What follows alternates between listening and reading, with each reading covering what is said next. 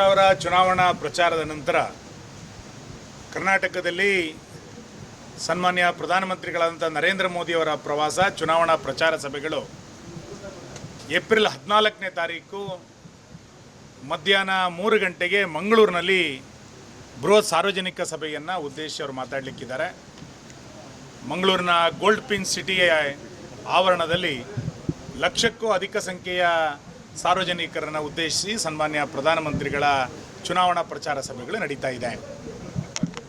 ಅವತ್ತೇ 14ನೇ ತಾರೀಕು ಸಂಜೆ 5 ಗಂಟೆಗೆ ಬೆಂಗಳೂರು ಉತ್ತರ ಲೋಕಸಭಾ ಕ್ಷೇತ್ರದಲ್ಲಿ ರೋಡ್ ಶೋದಲ್ಲಿ ಅವರು ಭಾಗವಹಿಸ್ತಾರೆ.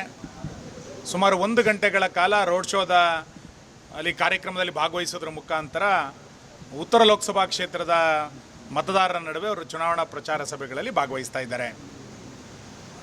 ಮೊದಲ ಹಂತದಲ್ಲಿ ಅಮಿತ್ ಶಾ ಅವರ ಪ್ರವಾಸ ಆಯಿತು. 2ನೇ ಹಂತದಲ್ಲಿ ನರೇಂದ್ರ ಮೋದಿಯವರ ಪ್ರವಾಸ. 3 ವಿಷಯವನ್ನು ಇಟ್ಟುಕೊಂಡು ನಾವು ಕರ್ನಾಟಕದಲ್ಲಿ ಚುನಾವಣೆಗೆ ಇಳಿತಾ ಇದ್ದೇವೆ. ಮೊದಲನೇದು ಸುರಕ್ಷಿತ ಭಾರತ, ಸಾಂಸ್ಕೃತಿಕ ಭಾರತ, ವಿಕಸಿತ ಭಾರತ. ಈ 3 ವಿಷಯಗಳಿಗೆ ದೊಡ್ಡ ಪ್ರಮಾಣದಲ್ಲಿ ನ್ಯಾಯವನ್ನು ಕೊಟ್ಟಂಥವ್ರು ಮತ್ತು ಹೊಸ ಸ್ವರೂಪವನ್ನು ಕೊಟ್ಟಂಥವ್ರು ಸನ್ಮಾನ್ಯ ನರೇಂದ್ರ ಮೋದಿಯವರ 10 ವರ್ಷದ ಆಡಳಿತ. ಈ 3 ವಿಷಯವನ್ನು ಇಟ್ಟುಕೊಂಡು ಮನೆ ಮನೆಗೆ ನಾವು ತೆರಳಬೇಕು ಅನ್ನುವಂಥ ಯೋಚನೆಯನ್ನು ಮಾಡ್ತಾ ಇದ್ದೇವೆ. ಈ ಹಿನ್ನೆಲೆಯಲ್ಲಿ 14ನೇ ತಾರೀಕಿನ ನರೇಂದ್ರ ಮೋದಿಯವರ ಕರ್ನಾಟಕದ ಪ್ರವಾಸ ನಮ್ಮ ಇಡೀ ಚುನಾವಣಾ ಕಾರ್ಯಕ್ಕೆ ಒಂದು ಹೊಸ ವೇಗವನ್ನು ಕೊಡುತ್ತೆ ಅಂತ ನಾನು ಭಾವಿಸ್ತೇನೆ. ಗೋಲ್ಡ್ ಪಿನ್ ಸಿಟಿನಲ್ಲಿ ನಡೆಯುವಂಥ ದಕ್ಷಿಣ ಕನ್ನಡ ಜಿಲ್ಲಾ ಚುನಾವಣಾ ಪ್ರಚಾರದಲ್ಲಿ ಲಕ್ಷಕ್ಕೂ ಅಧಿಕ ಸಂಖ್ಯೆಯಲ್ಲಿ ಸೇರ್ಬೋದು ಅನ್ನುವಂಥ ನಿರೀಕ್ಷೆ ಮಾಡ್ತಾ ಇದ್ದೇವೆ. ಈ ಹಿಂದೆ ಮೋದಿಯವರು ಬಂದಾಗ ಎಷ್ಟು ಜನ ಸೇರಿದ್ರು, ಆ ಎಲ್ಲ ದಾಖಲೆಗಳನ್ನು ಮೀರಿ ಈ ವರ್ಷದ ಚುನಾವಣಾ ಪ್ರಚಾರ ಸಭೆ ಮಾಡಬೇಕು ಅಂತೇಳಿ ಈಗಾಗಲೇ ಕಾರ್ಯಕರ್ತರು ನಿಶ್ಚಯ ಮಾಡಿದ್ದಾರೆ.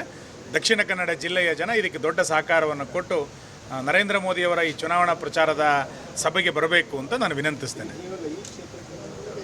ಸದ್ಯಕ್ಕೆ ಈಗ 1 ಕ್ಷೇತ್ರ ಅಂತ ಅಂದ್ಕೊಂಡಿದ್ದೇವೆ. ಈಗ ತಯಾರಿ ಸಭೆಯಲ್ಲಿ ಕೂತ್ಕೊಳ್ತಾ ಇದ್ದೀವಿ, ನಿಶ್ಚಯ ಮಾಡ್ತೀವಿ. ಹಾಗೇನಿರಲಿಲ್ಲ. ನಾವು ಕ್ಲಸ್ಟರ್ಗಳಲ್ಲಿ ಪ್ರವಾಸಗಳು ಮಾಡಬೇಕು ಅಂತ ಈಗಾಗಲೇ ಯೋಚನೆಗಳಾಗಿತ್ತು. ಮಂಗಳೂರು ಕ್ಲಸ್ಟರ್ಗೆ ಪ್ರವಾಸ ಮಾಡಬೇಕು ಅಂತ ನಾವು ಈಗಾಗಲೇ ಕೋರಿಕೆಯನ್ನು ಕೂಡ ಅವ್ರ ಬಳಿ ಮಾಡಿದ್ವಿ. ಸಹಜವಾಗಿ ನರೇಂದ್ರ ಮೋದಿಯವರ ಪ್ರವಾಸ ಮಂಗಳೂರಿಗೆ ಸಿಕ್ಕಿದೆ. ಯೋಗಿ ಆದಿತ್ಯನಾಥ್ ಅವರ ಪ್ರವಾಸವನ್ನು ಉಡುಪಿ ಅಥವಾ ಇನ್ಯಾವುದರ ಕಡೆ ಮಾಡಬೇಕು ಅನ್ನುವಂಥ ಚಿಂತನೆಗಳನ್ನು ಕೂಡ ಮಾಡ್ತಾ ಇದ್ದಾರೆ. ಸರ್, ಈಗ ಉಡುಪಿ ಮತ್ತು ದಕ್ಷಿಣ ಕನ್ನಡ ಜಾತಿ ರಾಜ್ಯಕ್ಕೆ ಬಹಳಷ್ಟು ಚರ್ಚೆ ಆಗ್ತದೆ. ತಮ್ಮ ಸಮುದಾಯದ ಅಭ್ಯರ್ಥಿಯನ್ನು ಗೆಲ್ಲಿಸಬೇಕು. ಈ ಚುನಾವಣೆ ಯಾವುದೋ ಜಾತಿ ಸಂಘಕ್ಕೆ ನಡೀತಾ ಇರುವಂಥ ಚುನಾವಣೆ ಅಲ್ಲ. ಇದಿನ್ಯಾವುದೋ ದೇವಸ್ಥಾನಗಳಿಗೆ ನಡೀತಾ ಇರುವಂಥ ಚುನಾವಣೆಯೂ ಅಲ್ಲ. ಇದಿನ್ಯಾರೋ ಸಹಕಾರಿ ಕ್ಷೇತ್ರಕ್ಕೆ ನಡೀತಾ ಇರುವಂಥ ಚುನಾವಣೆಯೂ ಅಲ್ಲ. ಇದು ದೇಶದ ಚುನಾವಣೆ. ದೇಶಕ್ಕೆ ನರೇಂದ್ರ ಮೋದಿಯವರ ಆಡಳಿತ ಬೇಕು ಅನ್ನುವಂಥದ್ದೇ ಈ ಚುನಾವಣೆಯ ಸಂಪೂರ್ಣವಾದಂಥ ಉದ್ದೇಶ ಇರುವಂಥದ್ದು. ಹಾಗಾಗಿ ಇಲ್ಲಿ ಸ್ಥಳೀಯ ಅಭ್ಯರ್ಥಿ, ಸ್ಥಳೀಯ ಜಾತಿ, ಸ್ಥಳೀಯ ವಿಷಯಗಳು ಇದೆಲ್ಲವೂ ಕೂಡ ಗೌಣ. ದೇಶಕ್ಕೆ ನರೇಂದ್ರ ಮೋದಿ ಬೇಕು. ಆ ಕಾರಣಕ್ಕೆ BJPಯನ್ನು ಚುನಾಯಿಸಬೇಕು ಅನ್ನುವಂಥ ವಿನಂತಿಯನ್ನು ನಾವು ಪದೇ ಮಾಡ್ತಾ ಇದ್ದೀವಿ. ಈ ಹಿನ್ನೆಲೆಯಲ್ಲಿಯೇ ಸುರಕ್ಷಿತ ಭಾರತ, ಸಾಂಸ್ಕೃತಿಕ ಭಾರತ, ವಿಕಸಿತ ಭಾರತ, ಈ ಹಿನ್ನೆಲೆಯಲ್ಲಿಯೇ ಈ 3 ಘೋಷಣೆಗಳನ್ನು ಇಟ್ಕೊಂಡು ಚುನಾವಣೆ ನಡೀತಾ ಇರುವಂಥದ್ದು.